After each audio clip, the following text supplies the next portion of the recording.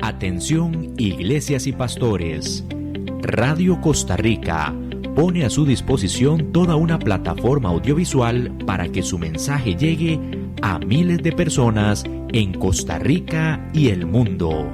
Sumamos radio, Facebook Live, nuestras propias aplicaciones, nuestro sitio web y nuestro canal en YouTube, además de toda nuestra experiencia en el concepto de evangelismo mediático, porque nos interesa unir esfuerzos para llevar un mensaje de fe y esperanza en estos momentos tan convulsos socialmente, donde las malas noticias nos afectan cada minuto. Su mensaje, nuestra experiencia y herramientas tecnológicas se unirán para llevar noticias de fe y esperanza. Anímese, ingrese al maravilloso mundo de la comunicación audiovisual con nosotros. Para mayor información, 8377-4416. Radio Costa Rica. Mucho más que una radio. A partir de este momento, Casa de Bendición te invita a escuchar Hablando con Dios, un programa dirigido a la familia. Hablando con Dios, aquí en Radio Costa Rica. Casa de Bendición, teléfono 253-1317.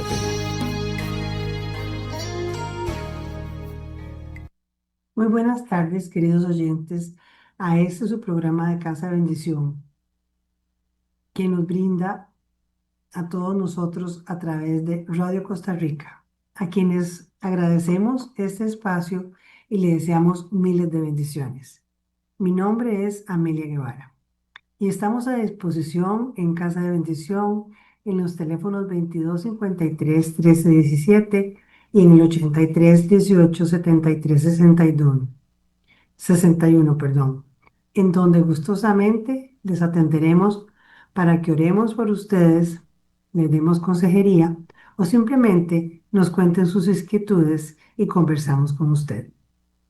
En esta hermosa tarde nos ponemos en la presencia del Señor para darle gracias por los favores recibidos, por todas las bendiciones con las que ha llenado nuestras vidas. Ponemos nuestro corazón y nuestra mente para que la palabra que nos dirija hoy caiga en tierra fértil y transforme nuestro corazón y nuestra vida. Nos ponemos en la presencia del Señor. Bendito y alabado seas, Señor. Bendito y alabado seas, Rey de Reyes, Señor de Señores. Te pedimos perdón por nuestros pecados, por nuestra indiferencia, por darle prioridad a tantas cosas antes que a ti. Te damos gracias, amado Padre, por tu protección, por tu guía, por tu salvación. Gracias, Señor, por perdonarnos. Gracias, Señor, por cargar con nuestras culpas en la cruz del Calvario. Gracias, Señor, por escogernos para conocer tu palabra, para que seamos tus hijos, para servirte, para alabarte y para darle a conocer tu palabra a todo aquel que la necesite. Te alabamos, te bendecimos, te adoramos, te glorificamos y te damos gracias, Señor. Te proclamamos como Rey de Reyes, como Señor de Señores, como guía de nuestra vida, como nuestro Padre. Gracias, Padre Santo, por ser el Señor de nuestros corazones. Ayúdanos a buscar siempre tu presencia. Amén. Bueno, a mí me toca hoy hablar sobre la presencia de las mujeres en la palabra del Señor, en la Biblia. Y es que muchas personas me han mencionado que la Biblia es muy machista y que a las mujeres casi no se les toma en cuenta. Y me puse a estudiar sobre el tema y vamos a escuchar lo que me encontré y lo que aprendí. Según los estudiosos de los Evangelios del Nuevo Testamento, En el Nuevo Testamento se contiene un número muy alto de referencias a la mujer. Ninguno, óiganse bien, ninguno ha encontrado casos registrados en el que Jesús deshonre, menosprecie, reproche o estereotipe a una mujer. Ellos afirman que los ejemplos de la manera de ser de Jesús son más bien instructivos para deducir sus actitudes hacia las mujeres. Disculpen. Hay un estudioso que se llama, de apellido Starr, que escribe que de todos los fundadores de las religiones y de sectas religiosas, Jesús es el único que no discrimina a la mujer de ninguna manera. Y esto lo podemos leer en Mateo 15, del 21 al 28.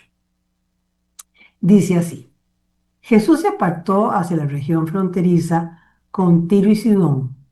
Pues bien, una mujer sirofenicia o una mujer cananea, como dicen en Marcos, que había salido de sus territorios, lo fue a ver y se puso a gritar: Señor, hijo de David, ten compasión de mí. Mi hija es atormentada por un demonio. Pero Jesús no le contestó ni una sola palabra. Entonces sus discípulos se acercaron y le dijeron: Despáchala, mira cómo grita, mira cómo grita detrás de nosotros. Jesús contestó: No fui enviado sino a las ovejas perdidas del pueblo de Israel. Pero la mujer se acercó a Jesús y arrodillándose ante él le dijo: Señor, socórreme. Jesús le contestó: No se debe echar a los perros el pan de los hijos. Es verdad, Señor, contestó la mujer, pero los perritos comen las migajas que caen en la mesa de sus patrones. Entonces Jesús le contestó: Mujer, qué grande es tu fe, que se cumpla tu deseo. Y en ese momento su hija quedó sana. Una mujer que no es judía, una mujer que es gentil. Perros era el epíteto de la época para los gentiles, y Jesús parece estar del lado del desprecio judío hacia los gentiles. Pero Jesús se centra en la fe de la mujer, que Jesús describe más tarde con admiración como grande es tu fe. Ella expresa la comprensión del ministerio de Jesús y saca a relucir sus convicciones. Y le brindó la oportunidad a Jesús de dar una lección de inclusión racial a sus discípulos intolerantes. Recordemos que los discípulos querían echarla, querían despacharla. Ella expresó su fe en que los gentiles, tienen parte en la salvación, confesando que trasciende las segregaciones humanas de judío, gentil, hombre o mujer. Esta mujer cananea fue su primera conversa en el mundo gentil. Vamos a leer ahora sobre la mujer en el pozo de Samaria. Vimos que hablaba de una sirofenicia o cananea, que era una gentil, no era judía. Ahora vamos a hablar de la mujer samaritana. El relato sobre Jesús y la samaritana es muy significativo para entender cómo se relaciona con diferentes tipos de personas: samaritanas, mujeres y pecadores. Al hablar abiertamente con una mujer, Jesús cruzó una serie de barreras. Recordemos que en aquella época no era bien visto que un hombre se acercara a hablar con una mujer en público. Primero, él como hombre habló abiertamente de teología con una mujer, de la salvación en este caso. Segundo, él como judío pidió de beber del cubo ritualmente impuro de un samaritano. Recordemos que los judíos no podían tomar cosas impuras, y menos de personas que no consideraban de sus creencias. Tercero, él no evitó. Él no la evitó. A pesar de conocer su historia marital, tuvo 5 maridos esta mujer y vivía ahora con un hombre que no era su marido. O sea, era considerada una pecadora. Jamás hablar con una pecadora. Jesús vio a la forastera en el pozo como alguien que ante todo era una persona, y no principalmente una samaritana, una mujer o una pecadora. Esta mujer evangelizada se convirtió, escuchemos, se convirtió en la primera evangelizadora en el Evangelio de Juan, como leemos en Juan 4:42. Y decían a la mujer: ya no creemos por lo que tú contaste. Nosotros mismos lo hemos oído y estamos convencidos de que este es verdaderamente el Salvador del mundo. En Lucas 10:38-42 leemos: yendo de camino, entró Jesús en un pueblo y una mujer llamada Marta lo recibió en su casa. Tenía esta una hermana de nombre María, que se sentó a los pies de Jesús para escuchar su palabra. Marta, en cambio, estaba muy ocupada con los muchos quehaceres. En cierto momento se acercó a Jesús y le preguntó: Señor, ¿no se te da nada que mi hermana me deje sola para atender? Dile que me ayude. Pero el Señor le respondió: Marta, Marta, tú te inquietas y te preocupas por muchas cosas. En realidad, una sola es necesaria. María escogió la parte mejor, que no le será quitada. Aquí vemos una estrecha relación de Jesús con las hermanas Marta y María. La elección de María no fue convencional. O sea, para las mujeres judías, porque estar a los pies de Jesús y escuchar sus enseñanzas y su instrucción, eso no era costumbre entre las mujeres judías. A las mujeres judías no se les permitía tocar las escrituras, no se les enseñaba la Torá. Un rabino no instruía a una mujer en la Torá. María eligió la parte buena, la mejor parte. Jesús establece aquí una relación maestro-discípulo. La admitió en el estudio y la elogió por su elección. Jesús reabrió el ministerio de la palabra para la mujer. María fue una de sus alumnas. Recordemos que antes no participaban en las enseñanzas de la religión.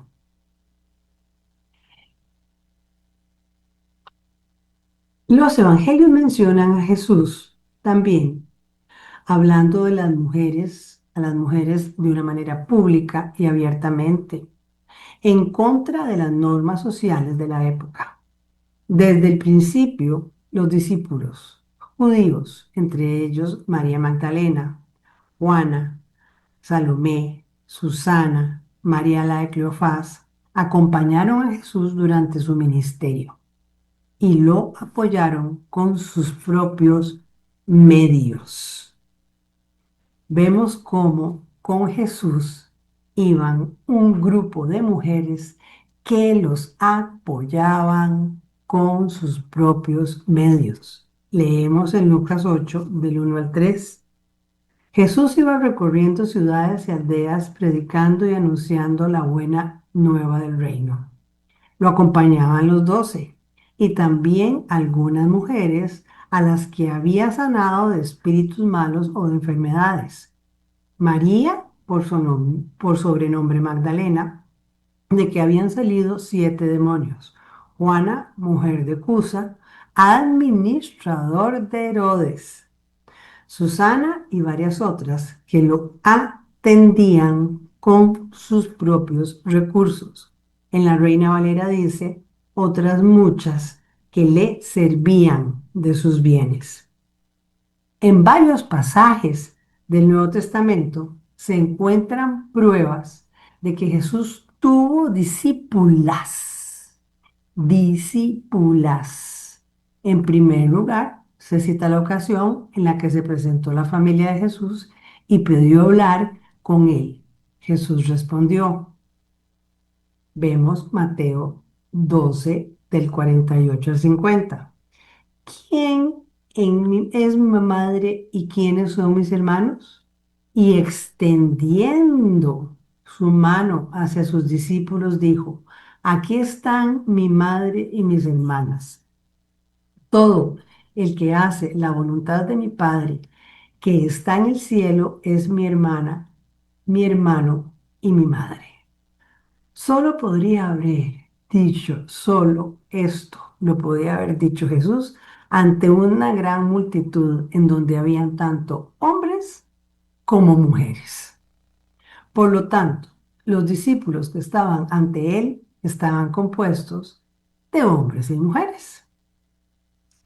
Ahora muy bien, en los evangelios también se registran varios casos de mujeres que apenas eran imperceptibles, silenciosas, secretas, algunas que sufren, otras que se mezclan en el fondo de la historia, como entidades insignificantes, destinadas a existir allá, en los márgenes de la vida. Jesús se fija en ellas, reconoce sus necesidades y en un momento glorioso las inmortaliza. Y en la historia sagrada vemos la siguiente. Entre ellas se encuentra la suegra de Pablo. Y vamos a leer Marcos 1, del 29 al 31.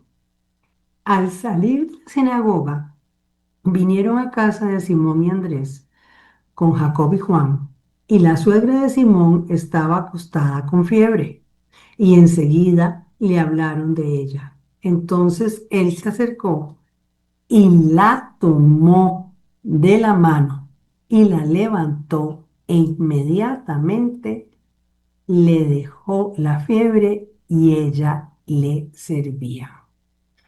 Vean qué interesante cómo Marcos, Mateos y Lucas recogen la curación de la mamá de la suegra de Pedro, perdón, de Simón Pedro, diciendo que ella se levantó y se puso a servirles.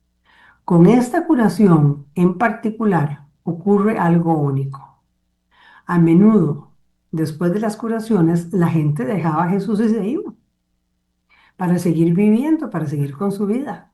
Sin embargo, la suegra de Pedro se levantó de inmediato y comenzó a servirle. Después de ser sanada, comenzó a servirle al Señor.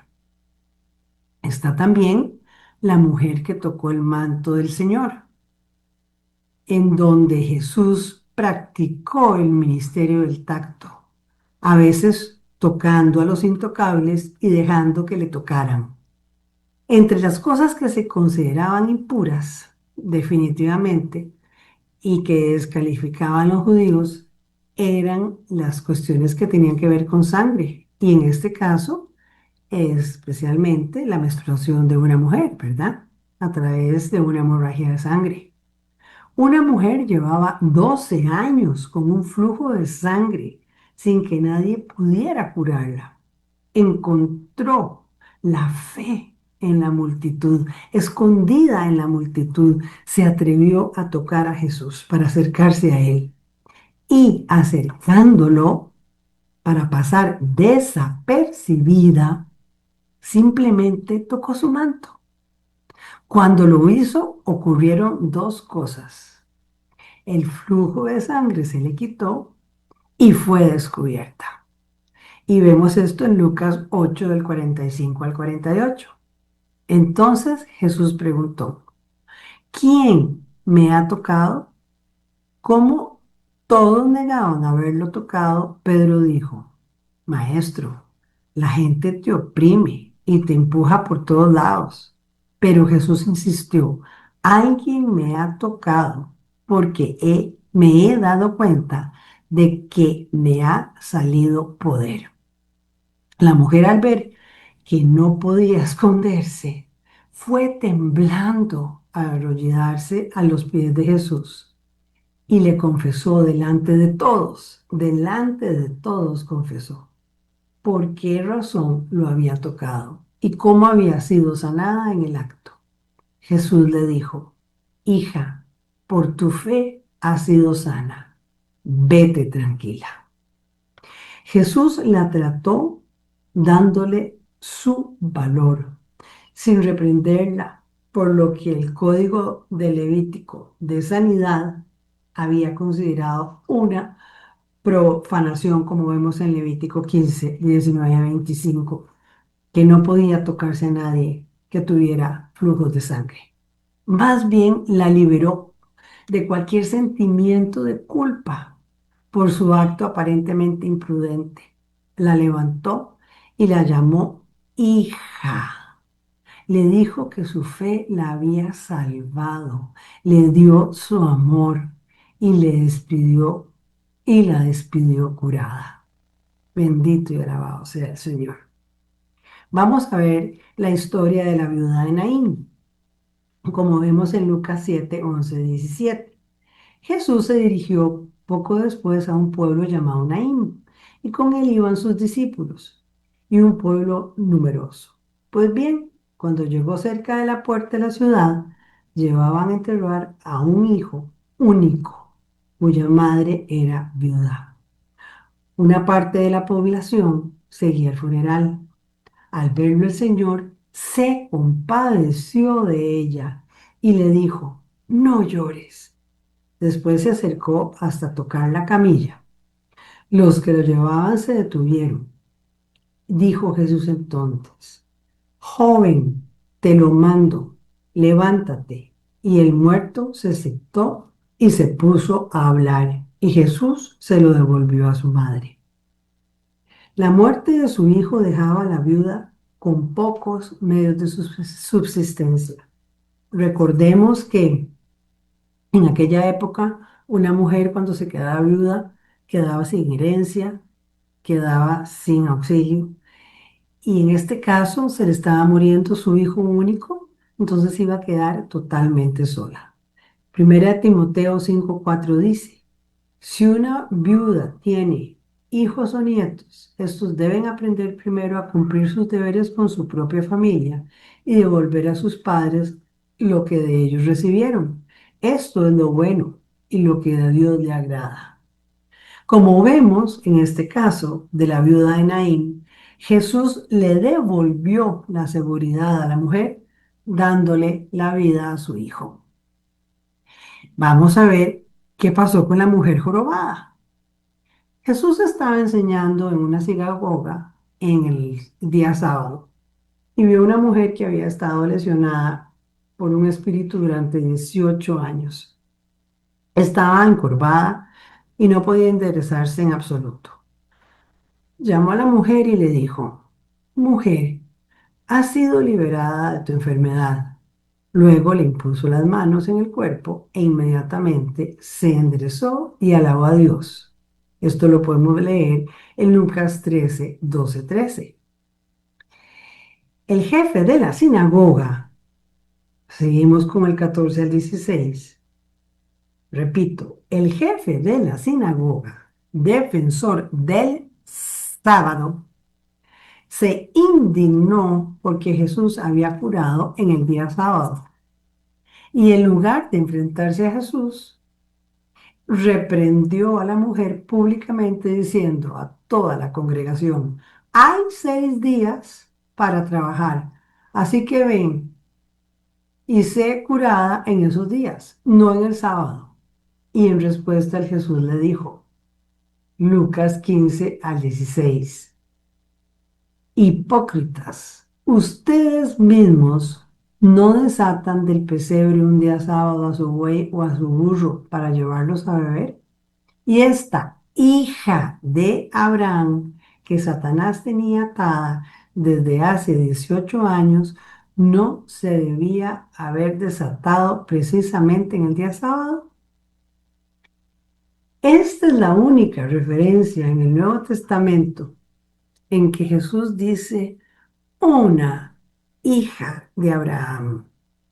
Se concluye que Jesús habló de esta mujer como si perteneciera a la familia de Abraham, tanto como los hijos de Abraham. Vamos a ver ahora cómo también las mujeres fueron modelos de fe. En la cultura de la época, las mujeres no debían ser visitadas ni escuchadas, perdón, ser vistas ni escuchadas, ya que eran consideradas influencias corruptoras que debían ser rechazadas y despreciadas. Influencias corruptoras que deberían de ser rechazadas y despreciadas. Sin embargo, Jesús presentó a las mujeres como modelos de fe para sus oyentes. Por ejemplo, habló de la reina del sur. En Lucas 11:31 vemos. El día del juicio del rey, la reina del sur se pondrá en pie para acusar a toda esta gente, porque vino de los confines de la tierra para escuchar la sabiduría de Salomón, y aquí hay alguien mucho mejor que Salomón. Jesús reprocha a sus contemporáneos de su poca fe por él. Y ante esto pone como ejemplo la fe de una mujer que además era pagana, llamada la reina del sur, quien creemos que es la reina de Saba, quien haciendo un larguísimo viaje fue a escuchar al rey Salomón creyendo en las palabras y alabando a Dios, cosa totalmente distinta a lo que hacen los de su generación, llegando incluso a decir Jesús que ella es superior a ellos, hasta el punto mismo de juzgarlos. También está como modelo de fe cuando Jesús menciona la parábola de las 10 vírgenes en Mateo 25:1-13. Jesús pone de ejemplo a mujeres que tienen fe, que son obedientes, que tienen aceite para sus lámparas. Esa fe de tener cuidado, de tener obediencia y de estar preparadas. También pone de ejemplo a la viuda persistente, como leemos en Lucas 18 del 1 al 8. Jesús les propuso este ejemplo sobre la necesidad de orar, siempre sin desanimarse jamás. En una ciudad había un juez que no temía a Dios ni le importaba a nadie. En esta misma ciudad había una viuda que vino donde él a decirle, hágame justicia contra mi adversario. El juez no le hizo caso durante un buen tiempo, pero al final pensó, aunque no temo a Dios y no me importa nadie, esta viuda me molesta tanto que le voy a hacer justicia. Así ya no volverá a romperme la cabeza más. Y el Señor dijo, ¿se han fijado en las palabras del juez malo? Ahora bien, Dios no le hará justicia a sus elegidos si claman a Él día y noche mientras Él demora en escucharlos. Todo lo contrario, pues le aseguro que Dios hará justicia en favor de ellos y lo hará pronto. Pero cuando venga el Hijo del Hombre, ¿hallará fe en la tierra? ¿Hallará la fe que tiene esta mujer en la tierra? En el mundo antiguo, la mujer estaba prácticamente indefensa, más aún una viuda, como vimos anteriormente, sin influencia social, no tenía amigos y menos ante una persona poderosa como un juez. Sin embargo, Jesús pone de ejemplo a esta viuda por su tenacidad, que ha de tener por esa tenacidad que ha de tener cualquier ser humano ante Dios, quien a diferencia del juez es justo y misericordioso, y al quien si puedes recurrir siempre con toda confianza y fe. También puso de ejemplo la ofrenda de la viuda pobre, como vemos en Marcos 12, 41, 44. Jesús, sentado frente a las alcancías del templo, miraba cómo la gente echaba dinero para el tesoro. Los ricos daban grandes limosnas, pero también llegó una viuda pobre y echó 2 moneditas de más poco valor. Jesús entonces llamó la atención de sus discípulos y dijo: les aseguro que esta viuda pobre ha dado más que todos ellos, pues todos han echado dinero que les sobraba. Ella, en cambio, ha dado lo que había recogido con sus privaciones, eso mismo que necesitaba para vivir. Jesús honra a esta mujer, a esta pobre viuda. Las mujeres solo tenían acceso limitado al templo. Allí Jesús encontró la piedad más loable, más alabable y la entrega más sacrificada con el ejemplo de esta pobre mujer. Vamos a ver otra partecita ahora de las mujeres como ejemplo de trabajo. Y Jesús las menciona en diferentes parábolas, así como también menciona la labor del hombre.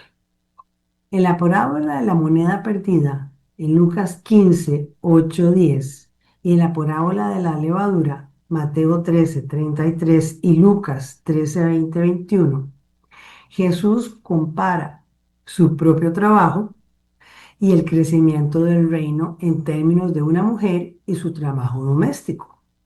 Estas parábolas siguen a la parábola de la oveja perdida, de Lucas 15, 1, 7, a la parábola de la semilla de mostaza de Mateo 13, 31, respectivamente, y comparten los mismos mensajes orientados a los hombres.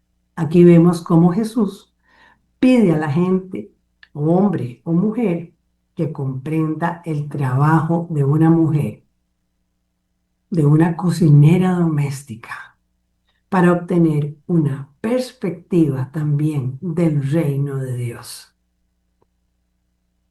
Vamos a ver ahora a la mujer como persona de valor. Antes vimos como nuestro trabajo doméstico también es oración y es visto como parte del reino de Dios cuando lo hacemos con el amor y con amor a Dios y con servicio.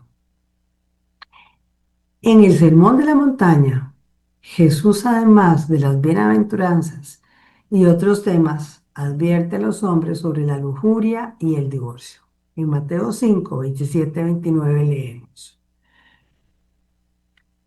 se habla contra la lujuria. Se dijo a los antepasados: no cometerás adulterio. Ahora yo les digo que quien mira con malos deseos a una mujer ya cometió adulterio y en su interior. Por eso, si tu ojo derecho en ocasión de pecado es ocasión de pecado para ti, sácatelo y tíralo lejos, porque es más provechoso para ti perder una parte de tu cuerpo que no seas arrojado entero al infierno. Oh Santo Señor Jesús, bendito y alabado seas. Defendió el valor de la mujer equiparando la lujuria del hombre con el adulterio, castigado con el infierno. advierte también contra el divorcio. En Mateo 5, 31 a 33 se dijo, también el que despida a su mujer le dará un certificado de divorcio, pero yo les digo que el que la despide fuera del caso de infidelidad, la empuja al adulterio y también el que se case con esta mujer divorciada comete adulterio. Jesús menciona en Deuteronomio 24:1, en cuanto a la costumbre de los hombres de divorciarse, defendió los derechos de las personas, perdón, equiparando el divorcio injustificado con la culpa de causar el pecado de adulterio. Defiende, sigue defendiendo a la mujer, sigue y sigue defendiendo a la mujer como vemos en todo el Evangelio, la pone de ejemplo, la pone de testigo, la educa y la guía. La historia de la mujer adúltera nos recuerda la misericordia de Dios hacia los pecadores. Escribas y fariseos querían apedrear a una mujer sorprendida en adulterio. Lucas 20:10 dice, el hombre que cometa adulterio con una mujer casada, el hombre que lo cometerá con la mujer de su prójimo morirá. El adúltero y la adúltera, juntos, juntos. En este caso, a la mujer adúltera la querían apedrear los escribas y los fariseos. Entonces, en Juan 8:7 dice, como le seguían preguntando, a Jesús se enderezó y dijo, el que esté libre de pecado, que tire la primera piedra. Y entonces se fueron retirando uno a uno, comenzando por los más viejos, y dejaron a Jesús solo con la mujer, que seguía de pie en el medio. Entonces se enderezó y le dijo, mujer, ¿dónde están? Ninguno te ha condenado. Ella contestó, ninguno, ninguno, Señor. Jesús le dijo, yo tampoco te condeno. Vete y no vuelvas a pecar en adelante. Aquí está la misericordia y la justicia del Señor.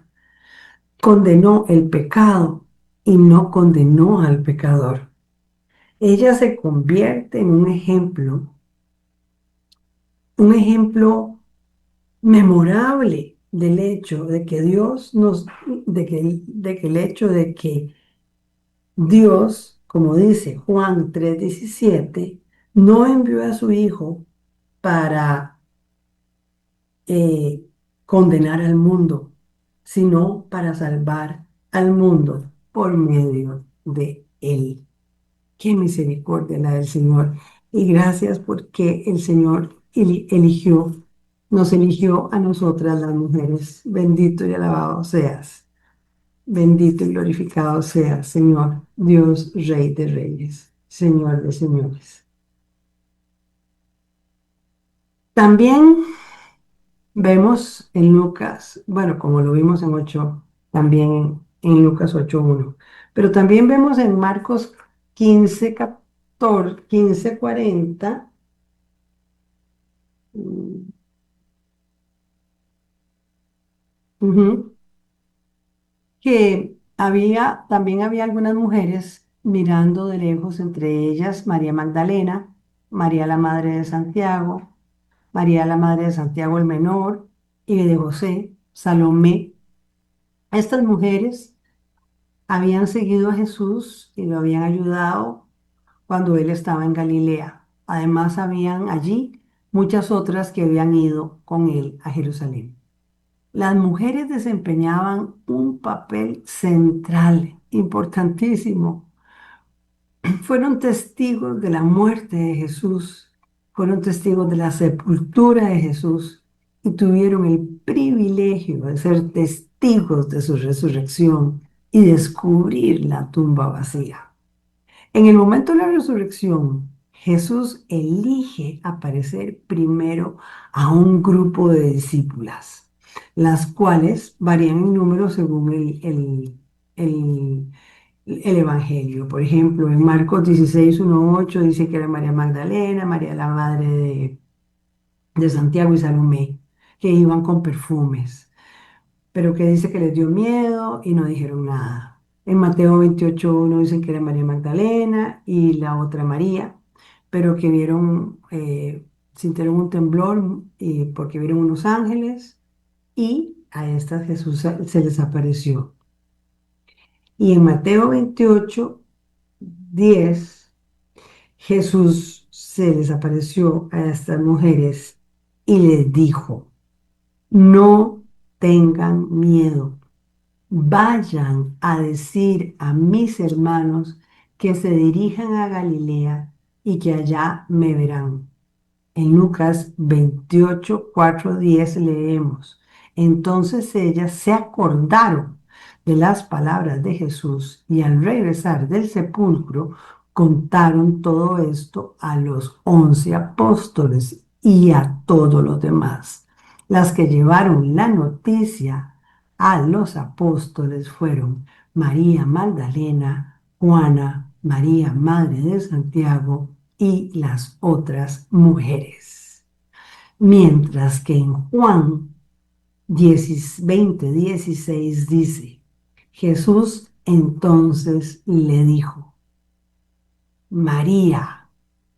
Ella se volvió y dijo, Raboní, ¿qué quiere decir maestro?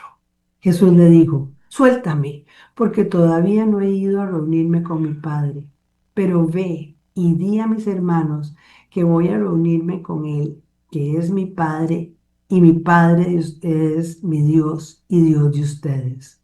Entonces María Magdalena fue y contó a los discípulos que había visto al Señor y también les contó lo que Él había dicho. Vemos en estos versículos de los 4 evangelios, en todo caso, que Jesús le da el privilegio a las mujeres de proclamar su resurrección y comunicar sus instrucciones a los apóstoles. Fueron las mujeres las que comunicaron las instrucciones que Jesús daba a los apóstoles. En una época en que el testimonio de las mujeres tenía poco valor, ellas presenciaron el acontecimiento más significativo de la historia. Fuimos nosotras las mujeres, testigos de primera de la resurrección de Cristo. De hecho, la actitud de Jesús hacia las mujeres sentó las bases que guiarían a la nueva comunidad de creyentes en los valores del reino de Dios. Esto se puede observar en las primeras comunidades cristianas, con la presencia de mujeres actuando como líderes y sirviendo con diversos dones espirituales. Pablo mencionó a las mujeres en varias de sus cartas. El mismo Pablo declara en Gálatas 3:28, y no hay diferencia entre quien es judío y quien es griego, entre quien es esclavo y quien es hombre libre. No se hace diferencia entre hombre y mujer, pues todos ustedes son uno solo en Cristo Jesús, y por ser de Cristo son de la descendencia de Abraham. Ustedes son los herederos en los que se cumplen las promesas de Dios. Se identifican 3 mujeres que fueron evangelizadoras y responsables de la iglesia primitiva. En Hechos 18, 26, una persona llamada Apolo comenzó a hablar con mucha convicción en la sinagoga y lo oyeron Aquila y Priscila. Pero Apolo estaba hablando de cosas que no eran correctas. Entonces lo llevaron consigo y le dijeron y le dieron a conocer con mayor precisión el camino del Señor. Apolo era un gran orador y fue de gran provecho pa- que, que demostrara gran conocimiento en las escrituras. Y a Priscila y a su esposo se les atribuye la formación de Apolo. Él fue muy, muy famoso en el libro de Hechos. Los esposos, ambos, formaron una comunidad cristiana en Roma y Pablo los menciona en Romanos 16, 3, 5, donde dice salud a Priscila y a Aquila, mis compañeros en Cristo Jesús.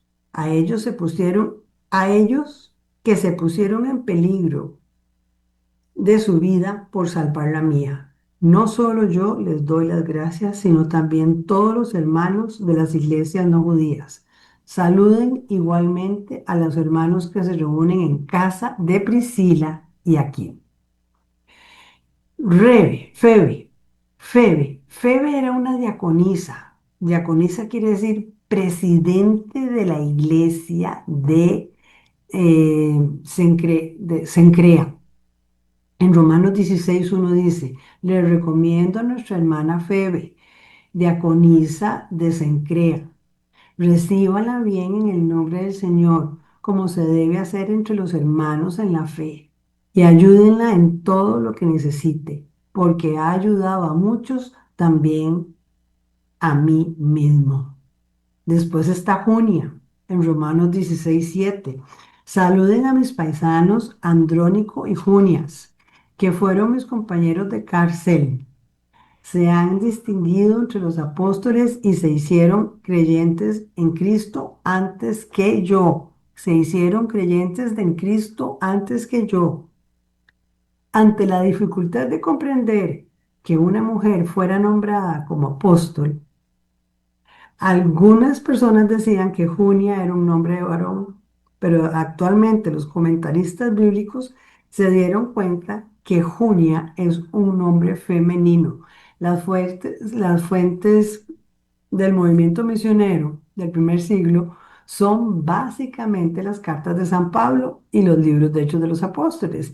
Y en estas cartas y en estos libros se mencionan a diversas mujeres colaboradoras del apóstol Pablo, pero dichas mujeres no eran ayudantes, dichas mujeres eran asistentes y trabajaban con él de igual a igual. En Filipenses 4:2-3 podemos leer, ruego a Evodia y también a Sintique que se pongan de acuerdo como hermanas en el Señor. Y a ti, mi fiel compañero de trabajo, te pido que ayudes a estas hermanas, pues ellas lucharon a mi lado en predicación del mensaje de salvación junto con Clemente y otros que trabajaron conmigo. Sus nombres ya están escritos en el libro de la vida. También se menciona a Lidia en Hechos 16:15, que hospeda a Pablo y a sus compañeros. A Cloé, que es responsable de una iglesia doméstica en 1 Corintios 1:11. Y a Ninfa en Colosenses 4:15, que tenía una congregación en su casa. A Tabita, discípula a la que Pedro resucitó, que hacía muy buenas obras. En Hechos 9:36-39. Las cuatro hijas de Felipe que profetizaban y eran vírgenes se mencionan en Hechos 21, 8, 10. Y así como vemos, existen muchas mujeres en la palabra que fueron testigos del Señor, que fueron evangelizadoras, sin contar aquellas maravillosas mujeres del Antiguo Testamento, como Ruth, como Esther, como Judith, como tantas otras que ayudaron al pueblo de Israel en diferentes liberaciones y en diferentes momentos. Entonces le damos infinitamente gracias al Señor por esta tarde en el que nos ha revelado que las mujeres también formamos parte muy importante en la evangelización y en la predicación de la palabra, que no es solo de los hombres, y que nuestro deber como mujeres también es predicar y ser testigos de la presencia del Señor en nuestras vidas, no solo los hombres. Entonces le damos infinitamente gracias al Señor por esta tarde, por la revelación de su palabra. Lo alabamos, lo bendecimos, lo adoramos, lo glorificamos, porque vemos que desde tiempos inmemorables Él trató a ambos sexos como personas iguales, con sus derechos similares, no tuvo discriminación, no fue, entre comillas, machista como lo hemos, como hemos creído en otras oportunidades. Lo bendecimos, lo adoramos, lo glorificamos por haber sido nuestro guía, por haber sido nuestro cuidador, por habernos dado esa importancia en su vida. Que tengan muy buenas tardes y que pasen un lindo día. Muy buenas tardes. Casa de Bendición tuvo el gusto de llevarle su espacio Hablando con Dios, un programa dirigido a la familia. Hablando con Dios, aquí en Radio Costa Rica.